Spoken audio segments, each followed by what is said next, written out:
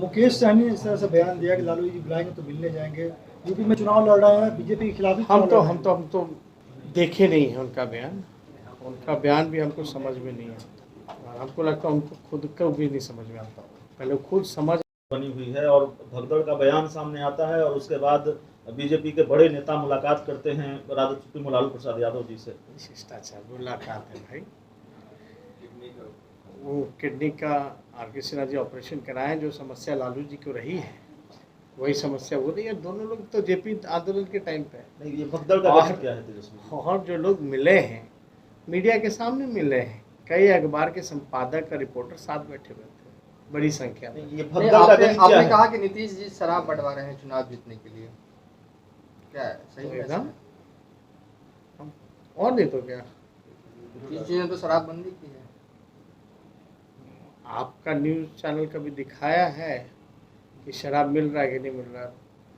आप ही के चैनल में हम कई बार देखें कि भाई सब जनता ही कह रही है कि यहाँ होम डिलीवरी हो रहा।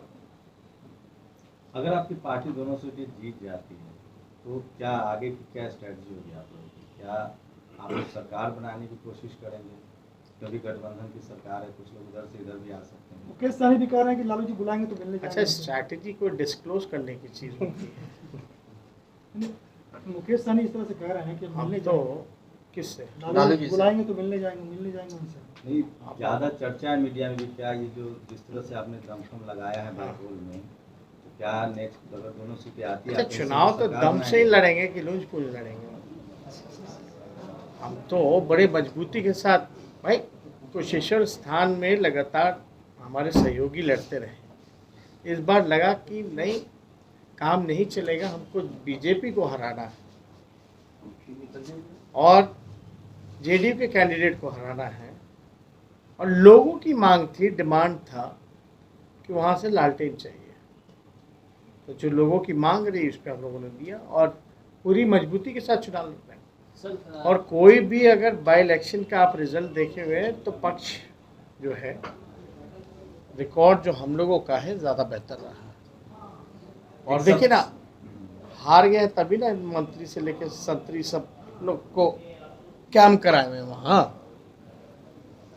सर, खाद लेने के लाइन में कई किसानों की कल जान चली गई, मध्य प्रदेश की घटना है। हम तो बार किसानों की स्थिति बार बहुत बोल रहे हैं से यूरिया नहीं मिल रहा, खाद इतना महंगा हो और गया। सर की जो किसान को जो रौंदा गया, उसके साथ अमित शाह जी कल लखनऊ में रैली भी किए हैं। अब इससे ज़्यादा क्या हो सकता है? ये क्या दर्शाता है? इसको क्या शब्द दीजिएगा? ये गरीबों की सरकार है, ये किसानों की सरकार है, ये मजदूरों की सरकार है। विश्वास के साथ, भरोसे के साथ ना बैठाया था भाजपा के लोगों को, इसलिए वोट दिया था कि किसानों को कुछ लो, इसलिए वोट दिया था कि महंगाई करो, बेरोजगारी करो, अर्थव्यवस्था चौपट करो, पड़ोसियों से रिश्ता बिगाड़ो, देश की संपत्ति को बेचो, इसलिए समझौता किया था। क्या वोट दिया था? क्या हुआ? नोटबंदी भाई, सारा काला मनी निकल जाएगा। चिप लगा हुआ नोट मिलेगा, चिप लगा हुआ, ट्रैक करके निकालेंगे। तेजस्वी जी सारे जो लोग हैं, जितना लोग देश के खजाने को लुटाया सबको पकड़ेंगे। उसके बाद से आंकड़ा निकालें कितने बड़े बड़े लोग जो हैं भाग गए हैं देश, कौन भगाया है, कौन सहयोग किया है। जीएसटी से फ़ायदा हो रहा है छोटे मोटे व्यवसायियों को।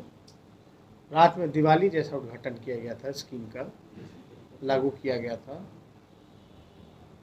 आप बताइए कौन सा स्कीम? उज्ज्वला कह रहे हैं आप, सिलेंडर गैस कौन खरीदेगा 1100 रुपये में?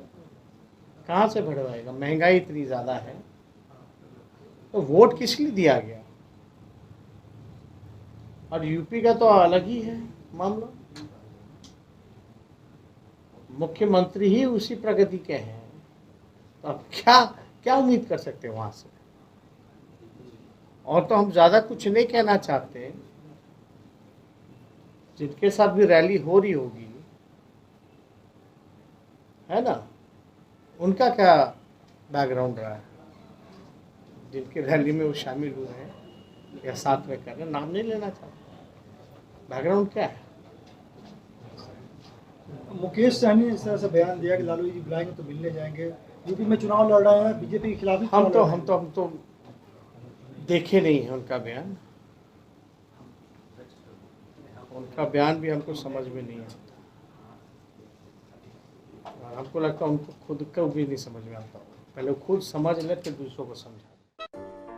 अगर आपको हमारा वीडियो पसंद आया हो तो इसे लाइक करें, सब्सक्राइब करें और साथ ही बेल आइकन दबाना ना भूलें।